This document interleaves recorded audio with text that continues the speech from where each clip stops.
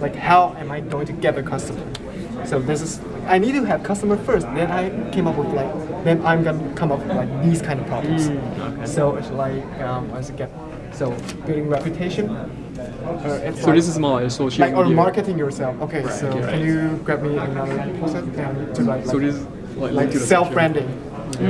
Self-branding. Self-branding. Oh. Yeah. Okay. I just self-branding. Okay. Self-branding. Hello.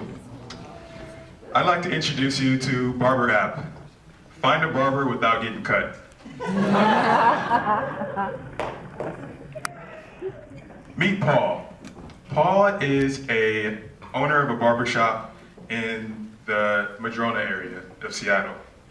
80% of Paul's clients come back week after week, not just because he keeps them looking good, but because he has created a personal relationship with them. In business, relationships matter, but especially for barbers. All the 13 barbers we talked to this weekend agreed. In the African American community, barbershops aren't just a place to get your haircut, but they're also a community gathering space, a debate hall, and also a marketplace. If you move to a new city, you want to find a new barber. Over 80% of the people we surveyed said they will follow their barber to wherever they're cutting hair. According to the 2010 census, over 130,000 people move to Seattle every year. Unfortunately, they probably didn't bring their barber with them. The way that we manage relationships is changing. For entrepreneurs, maintaining your digital presence is crucial. Unfortunately, things like this take away from time barbers could be using to practice the craft. When we asked Paul if he'd use an app or a solution to help him with this, he said, "Of course I use that."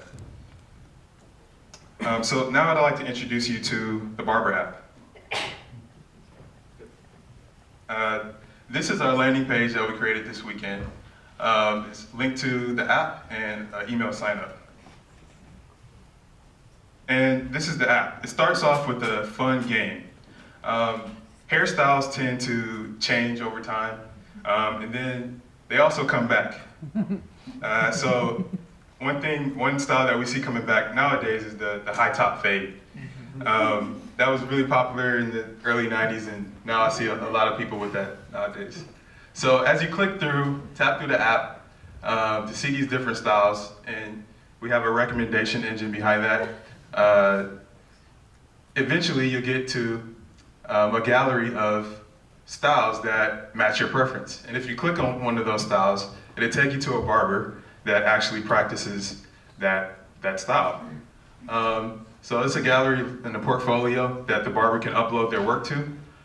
Currently, barbers upload their pictures to Instagram or Facebook, and they just don't have time for all that. So now I'm going to hand it to Jim to talk about the Howdy, I'm Jim. Okay, so for the benefits of bringing perfectly matched new customers to barbers, we will charge them $20 a month. Paul's been cutting hair for a long time, and he's gotten in the habit of measuring prices in terms of haircuts. How many haircuts does it pay for this trip to Hawaii? This is literally how he thinks.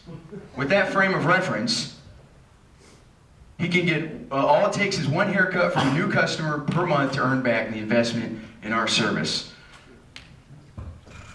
And these customers will probably keep coming back, so the investment will pay many times over. So to see if this idea has legs, we did market sizing and revenue projection exercise. We did a top-down and bottom-up approach to estimate the number of barbers who fit our target profile in the US. We've reached a round number of 30,000. And if we reach that market over 4 years, over a nationwide rollout, and estimate we get 25% of all these barbers over the whole country to actually sign up with us, it's about 1.8 million a year. So, respectable, right? This is worth pursuing.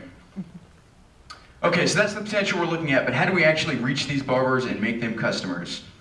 We need barbers on the service before we can provide any value to end users.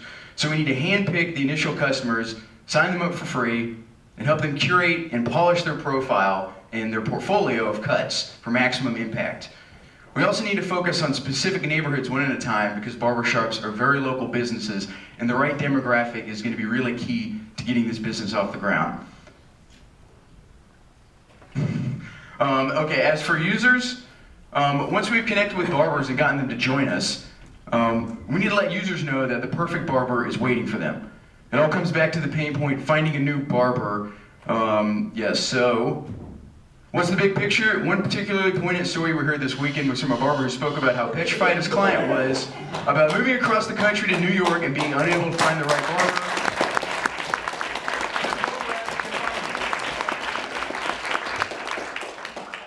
Great job. Yeah, I would just say, having had African American male friends, this is actually a true pain point, I know in Seattle especially. So a couple questions. I guess, why would someone, what's the stickiness factor? Because once someone comes on this app once, finds their barber, they don't really have a need to go back. So you've kind of got a one-time usage. So talk about that and how you look at new customers coming and growth. Well, the way we look at it, we have tons of salesmen out there, and those are the barbers. They actually want to have customers following them on the app and looking at the new styles that they have in their profile. And then the content and the pictures that show up in the style game will actually be changing, updated, and be dynamic. Love that concept of third place. This little coffee shop called Starbucks really leverages that well, as does Jane Park when she started Julep. That was her idea, that, you know, that nail salons are a place where people can socialize. So love that you're tapping into that social fabric. To that end, in addition to the barber sort of pushing out these styles and relationships, is there any way for it to map to your social graph? You know, I tend to find service providers through my friends. So are friends and friends of friends able to tap into this app and participate as well? We do plan to have social integration, so we have started to implement login, and one of those logins will be Facebook or Twitter. Nice work. That was awesome. As you think about the customer research you did, as you think about the pain points of the barber, is it marketing you found, or is it managing their business, or is it being like an individual that's got like a lot of clients? Like, walk through some of maybe what those real pain points where I understand the find a barber piece, and I think the point was, I think we do that once, which is kind of a one-time relationship, but it seems like there's a lot of pain points for the barber and maybe some tools you can build. I'm curious what you found when talking to the barber. Yeah, so there's a lot of disparate pain points depending on the kind of shop you work in and what your employment contract is, all those kinds of things, whether you run the shop or you're just an independent contractor. So it's really hard to narrow down to one thing that everybody has to deal with. But for the types of barbers we're looking at, like, their best business is repeat business, and repeat business doesn't last forever because people move. So there's 20% of the business that's churning, and every single barber has to deal with that. So the story I was going to tell at the end is that the ideal situation, if this is across the country, right, this guy that's petrified to move to New York and try to find a barber, he can connect with his barber before he even moves. And the barber can know he's got a customer coming before that customer has even arrived. Right? They can make that connection so they can know where their repeat business is without churning through all these different customers. And every barber has to deal with that. My wife's a personal trainer, and I watch her spend all her time trying to manage her business. Same kind of model, right? 55 clients, whatever. I spend all the time thinking about, so there's some pain points for the barber on managing a business, staying communicated with their customer. She's talking about quality of your relationship. Maybe some additional things you can do to really enhance the quality of the relationship so they keep those customers. They don't turn. They can drive more revenue out of them. So I would keep spending time on some of the pain points of the barber. Absolutely. So, thank you.